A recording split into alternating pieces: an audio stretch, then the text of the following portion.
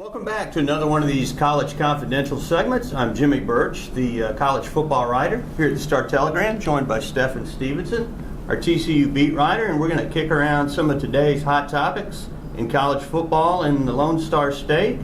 And one of the hottest, we're getting into that Heisman Trophy race, and we got a couple of guys here that are percolating in the top 4 or 5 names nationally. Johnny Manziel, obviously, your reigning champion, and then Bryce Petty of Baylor has jumped up there. Yeah. Can one of these guys win it, Stephen? Sure. I mean, if you just go by what they're doing on the field and the stats, and a lot of people thought Lake Seastrong would be the Heisman candidate coming out of Baylor, and he's still, should be. If he has some huge games down the stretch here, maybe he that'll can hurt. That'll hurt. The more Baylor divides and conquers with those two, that'll hurt him. But yeah, Petty's 5, Johnny's 4, and some betting line stuff that released this week, and then Johnny's 3 and Petty's either 4 or 5 and some straw polls. And I wonder how Johnny would be doing if last year didn't exist. Right. If he'd be number 1 with the way, because he's still been amazing. Well, Mariota's team's undefeated, and he's been amazing too. Yeah. I think it's going to be hard for Johnny to overtake these guys because they've already got 2 losses, and then just like they did a year ago, and they're not going to exceed preseason expectations like they did with. Yeah, they can't lose again for him to win the Heisman.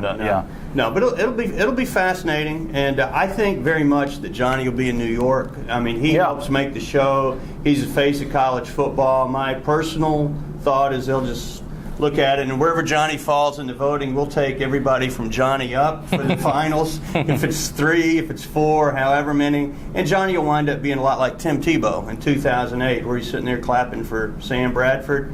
But I'm guessing Marcus Mariota, as of today, probably wins it.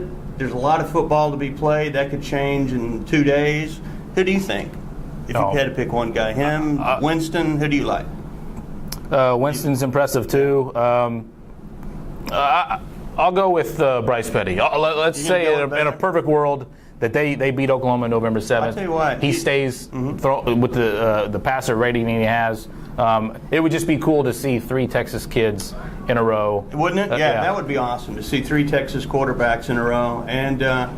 And it probably will be pointed out if that happens that none of them played for Mack Brown, who is coming to Fort Worth this week for bringing his Longhorns. And for first time in 19 years. And in fairness to Mack, they're coming here in first place, regardless of how many of those quarterbacks he signed. 3-game winning streak for the Longhorns. But they are coming here as slight underdogs, which motivated those Longhorns this week. They don't really follow that Vegas logic very much, and they're using it as a slight, which all high school and college kids like to do when people pick against them. I don't understand Vegas. I've been to Vegas many times. I don't understand the city. I don't understand this. Usually they're right on top of things. But they know what they're doing. Yeah, they do know that. If they think TCU can win it, they're usually not too far off. So yeah. Who wins? Well, I will. I'll say this: if Casey Paul Hall is available, which we don't know. Yet. But if he's available and he's playing above average, they certainly have a shot. That changes. Things. They have a good enough defense to neutralize some of Texas's big playmakers. Oh, yeah. But if Paul Hall's not available, I don't see how the offense just magically turns into a machine. We have not seen it through 7 games. With or without Paul Hall, I still think TCU's offense sputters a little too much. I still like Texas, but I think it'll be close. Yeah, me too. I think it'll be a close game. Yeah. And what's also is interesting. You're looking a little bit ahead. You got Tech undefeated. You got Baylor undefeated. They play one another here, right down the street from our studios here in Fort Worth, over in Arlington on the AT&T Stadium. 16th. Big, could both be undefeated. Can they get here both undefeated?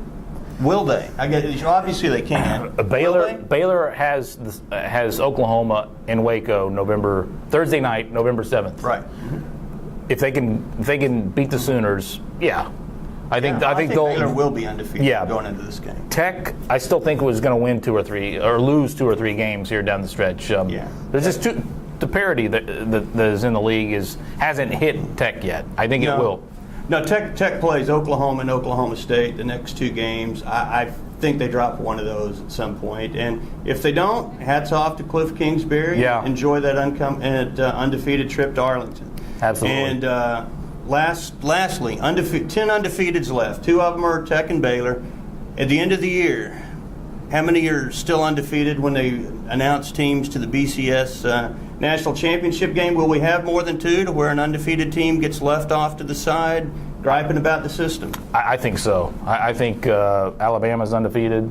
Oregon, Ohio State, Baylor, possibly Baylor. You got Florida State. Oh yeah, Florida Several State. There's a lot.